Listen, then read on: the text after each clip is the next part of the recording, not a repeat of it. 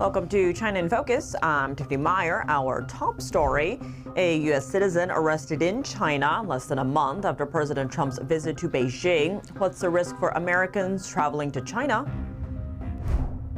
For decades, SpaceX was reserved for billionaires and institutions. Now trading on the NASDAQ, retail investors can buy a piece of Elon Musk's space empire for the first time. But with billions in losses, what should everyday investors know before buying in? And is China's dominance of critical minerals the hidden catch?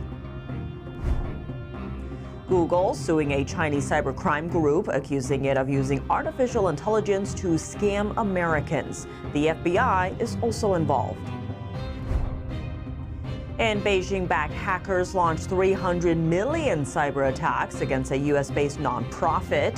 How this organization struck a nerve with the Chinese regime. Within 45 minutes, there were over 110,000 malicious attempts per second attacking our websites. This was an attempt to drain all our resources and crash our websites.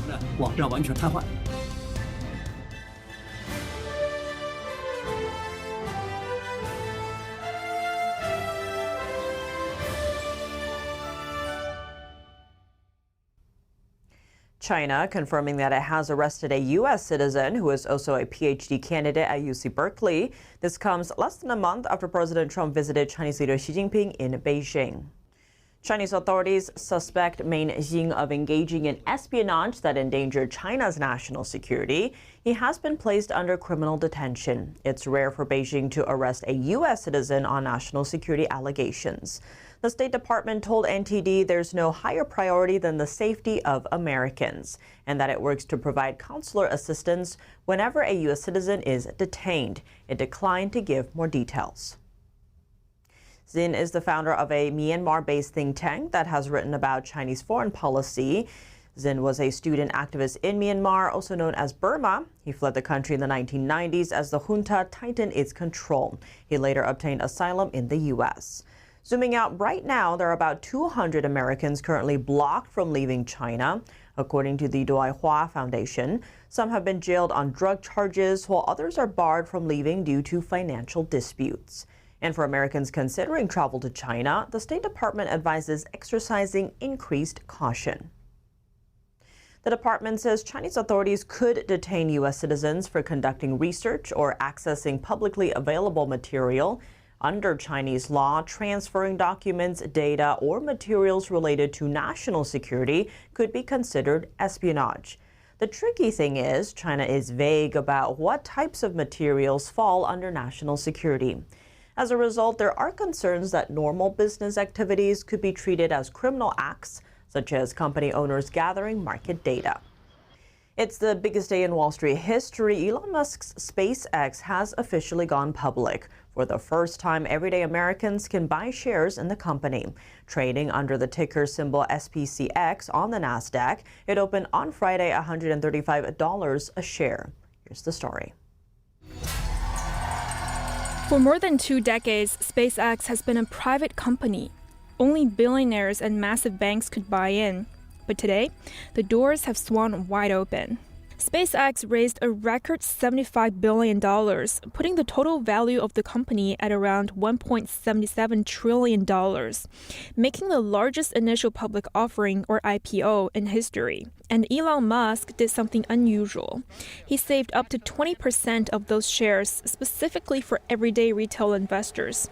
Normally, that number is closer to 5 to 10%. And that's what SpaceX is all about, is to take the fiction out of science fiction and create an exciting, inspiring future for everyone. Americans poured over $100 billion into orders before the opening bell even rang. That makes Elon Musk as the world's first trillionaire. So what are you actually buying when you purchase a share of SpaceX? SpaceX is really 3 businesses in one. It launches NASA astronauts, operates the Starlink internet service, and is betting big on artificial intelligence. So when you buy SpaceX stock, you're also betting on future ideas like space-based data centers for AI. The AI business is more uncertain. There's a lot of moving parts there in terms of what is the LLM that they're using? What are the chips they're going to use? What's computing capacity going to be? And can they prove out, let's say, a commercial model for data centers in space? While Starlink is the company's main moneymaker, SpaceX is currently operating at a loss. It lost nearly $5 billion last year alone, and in just the first 3 months of 2026, it lost another $4.3 billion. Much of the loss was attributed to spending related to xAI, the company behind Grok. So why is a money-losing company worth nearly $2 trillion? Wall Street is essentially making a bet that SpaceX's future is so big that today's losses don't matter. But if you're a regular investor thinking about buying on day one, remember, IPOs can jump at first due to hype, but they often cool off afterward. The IPO offering price is pricing in perfection, and that means that if you're buying it at full price and everything doesn't go exactly right, you're not really getting any margin of safety. And there are other risk factors. One that stands out is Elon Musk's super voting control, which means major corporate decisions wouldn't really be up to a shareholder vote. Remember, investing always carries risk. Financial advisors generally suggest only investing what you can afford to lose and not betting everything on a single name. SpaceX's ambition is big: to extend the light of consciousness to the stars. Its operations on Earth are big too, with thousands of launches expected per year. That could lead to a major problem. It requires large amounts of critical minerals to produce the equipment, and China still dominates the industry. So are there alternatives? First, the U.S. and its allies are working to boost rare earth mining and manufacturing. Secondly, new technologies could emerge for critical minerals. And finally, as space exploration advances, it may become possible to source critical minerals from space. Or there could be a fundamental shift in China. All of these paths will take time, and we'll see how it unfolds. Google suing a Chinese cybercrime group. The group is accused of using artificial intelligence to scam Americans. To counter it, Google is working with the FBI.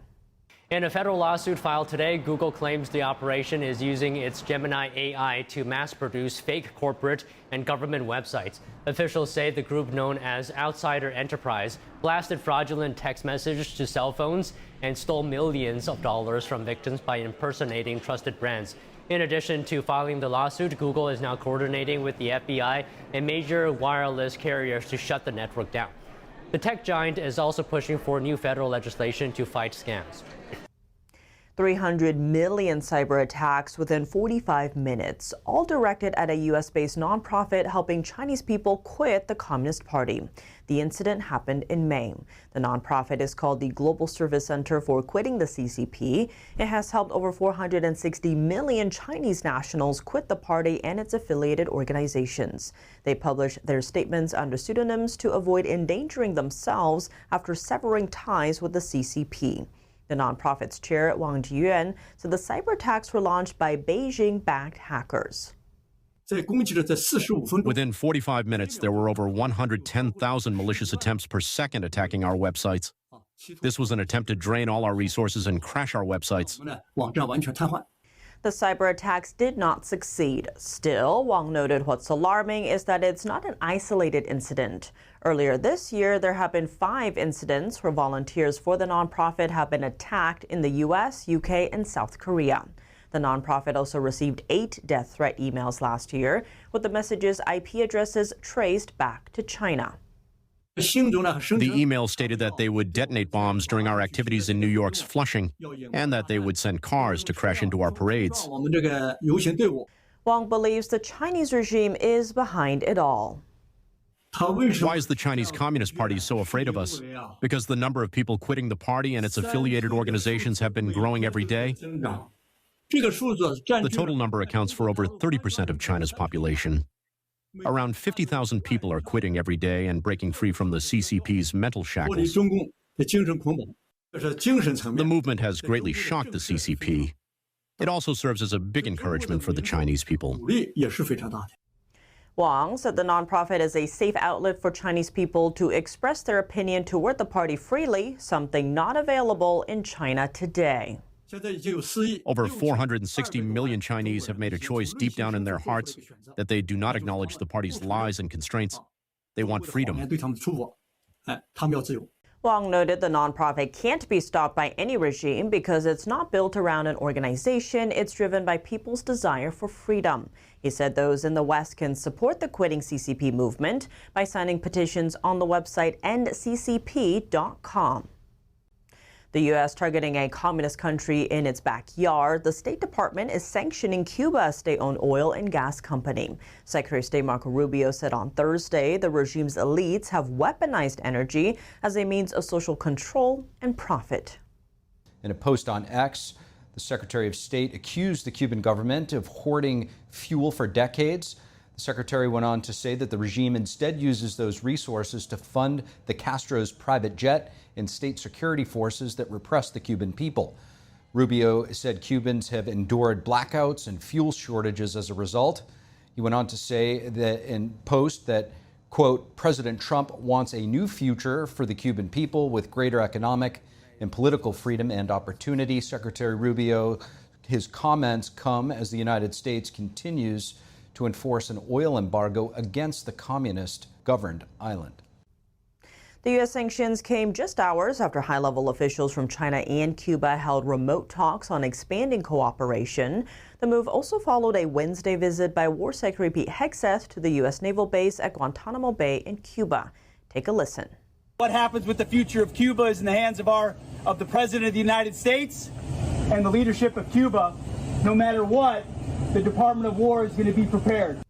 So far, the Trump administration has not announced any plans to use military force against Cuba. A diplomatic opening between Taiwan and an African country, despite pressure from Beijing. Somaliland says it has the right to choose its own partners as it opens a new representative office in Taiwan. Somaliland, a self-declared state, broke away from Somalia in 1991. It's not internationally recognized and remains largely viewed as part of Somalia, with the exception of Israel.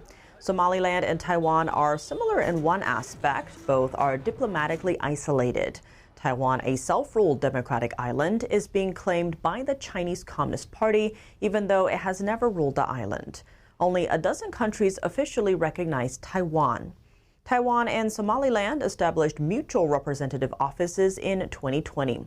Somaliland's top envoy in Taiwan says the island is a key partner and says outside pressure has not changed its ties with Taiwan. But Somalia strongly rejects the relationship between Somaliland and Taiwan, saying Somaliland remains part of its sovereign territory. Somalia has previously banned Taiwan passport holders. Taiwan, meanwhile, says it has the right to maintain international partnerships, even as Beijing's pressure continues to shrink its diplomatic space. China sanctions the Philippines' defense chief, and now he's fighting back. Beijing says the move stems from remarks he made that harmed its interests. Philippine Defense Secretary Gilberto Teodoro Jr. firing back on Friday after China sanctioned him and his family. He is known for using strong language to counter China's claims over the South China Sea, calling them a fiction and lie that no Southeast Asian country would accept. Teodoro also said last year that Chinese leader Xi Jinping runs a small dictatorship and autocracy. He says Beijing targets those who speak the truth and vowed to keep defending Philippine interests despite what he called China's wickedness in the region. The sanctions announced Thursday banned Teodoro and his family from entering mainland China, Hong Kong, and Macau. Beijing also barred individuals and groups in China from conducting business with them. After the first reports of the travel ban surfaced, Teodoro said he has no assets in China and no plans of going there. Local media quote him as saying, "Even if I wanted to visit because the food is good and the people are kind, that is overshadowed by the kind of government they have." The Philippines foreign minister says the country plans to raise the issue with Chinese authorities and seek discussions over the sanctions. Welcome back to China in Focus. I'm Tiffany Meyer. South Korea's ousted president Yoon Suk-yeol and his former defense minister have been sentenced to 30 years in prison. The case involved allegations that Yoon ordered drone flights over Pyongyang. This was allegedly to heighten tensions with North Korea and justify declaring martial law at home. The full version of Seoul Central District Court's ruling today was not immediately available. Yoon already had been sentenced to life in prison for a rebellion conviction over his short-lived impose of martial law in 2024. North Korea accused Seoul of flying drones over Pyongyang to drop propaganda leaflets in 2024. Tensions rose sharply, but no clashes occurred. Yoon's legal team has said he never ordered the alleged drone flights. Turning now to the Middle East, a U.S.-Iran deal could be just around the corner, or it might fall apart. The Strait of Hormuz could stay open or become the next flashpoint. With so much uncertainty, NTD's Kevin Hogan was joined by geopolitical analyst and Martin Capital CEO Rod Martin. President Trump calls Iran's oil infrastructure the pipes. And he knows that those pipes are very precious to them, so he definitely weighs that in his calculations. Now, the regime's extreme ideology is a barrier to cooperation with the U.S. From one perspective, it seems a deal brought about by military pressure is the only way forward in the near future, because the regime simply won't relinquish its goals without a direct threat to its survival.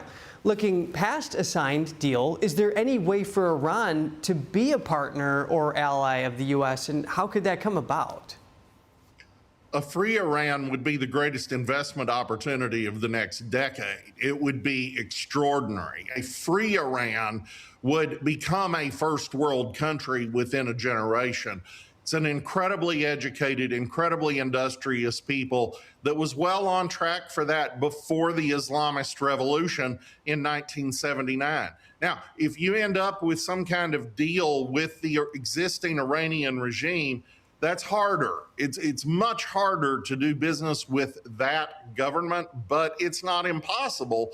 And there could be some things that are doable that would significantly reduce global oil prices, that would restrain Iran's ambitions around the region. The question would be enforcement, and I don't see a meaningful enforcement mechanism with these guys short of the regular threat of bombing, because truly, it's as you say, you've got leadership that are true believers, and you have more than a little bit of that in the ranks of the IRGC. You also have guys who know that in the event that the regime falls, the average Iranian is going to do his darndest to hang all those guys from the nearest lamppost, like Ceausescu in Romania. And so they have a lot of incentive to hang on. But I think there's a point beyond which, and we're getting to that point, where there's just so little money to pay the enforcers of the regime that the script flips and a free Iran becomes possible. That may or may not happen before an agreement. I'm skeptical there will be an agreement, but even if there is one, that does not end the lion and sun revolution.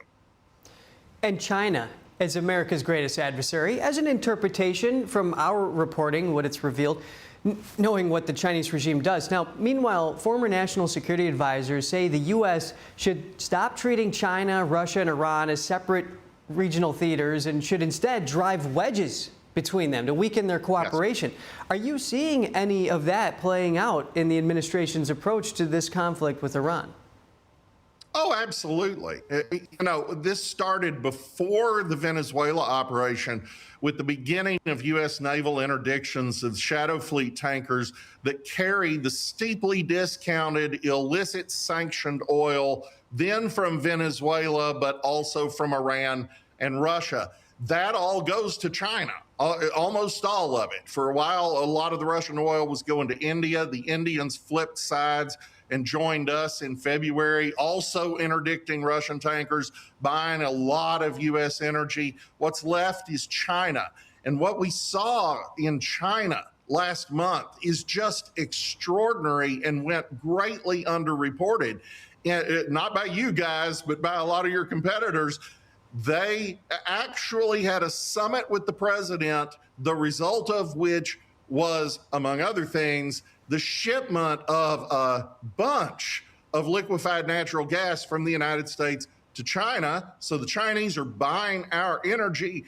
The next week, they had Putin in Beijing, and Putin walked away empty-handed from seeking to build a pipeline from Siberia to China. Now, if the Chinese want to be free of the threat of American control over the Strait of Malacca and the Strait of Hormuz, The right answer is a Russian pipeline. That absolutely benefits them. They don't seem to care. And the net result clearly is Trump has been able to demonstrate to them that they are far more dependent on the U.S. consumer market than they are on any possible American disruption of oil supplies from the Middle East. And as a result, they're just going ahead and cutting out the middleman and buying from the United States. So yes, this divide and conquer strategy is clearly working. And meanwhile, you look at Iran, they have no modern air defenses. We destroyed what they did have. The bigger story there is they have no modern fighter jets at all. And they approached the Chinese last year yet again about selling them modern fighter jets. And basically, Beijing laughed them out of town, said the Israelis will have them blown up before we can get them to Tehran. So we have split these guys apart in a meaningful way. China and Russia are not helping Iran meaningfully at all. And Xi Jinping just put the squashitas on Putin's most necessary economic initiative with that gas pipeline. Well, Rod, in response, I will say that, analysts frequently point out that these types of authoritarian states or aggressor nations or whatever groups this Iran, China, Russia axis, they're not allies. They're just partners, and only when it's convenient for them. Rod Martin, thank you. Great talk. Thank you. That's all for today's China in Focus. I'm Tiffany Meyer. If you have any feedback on the show or have something you'd like to see us cover, send us an email at chinainfocus@ntd.com. We'd love to hear from you. For On the Clock original news coverage, visit us at ntd.com or download our NTD app. Thanks for watching. See you soon.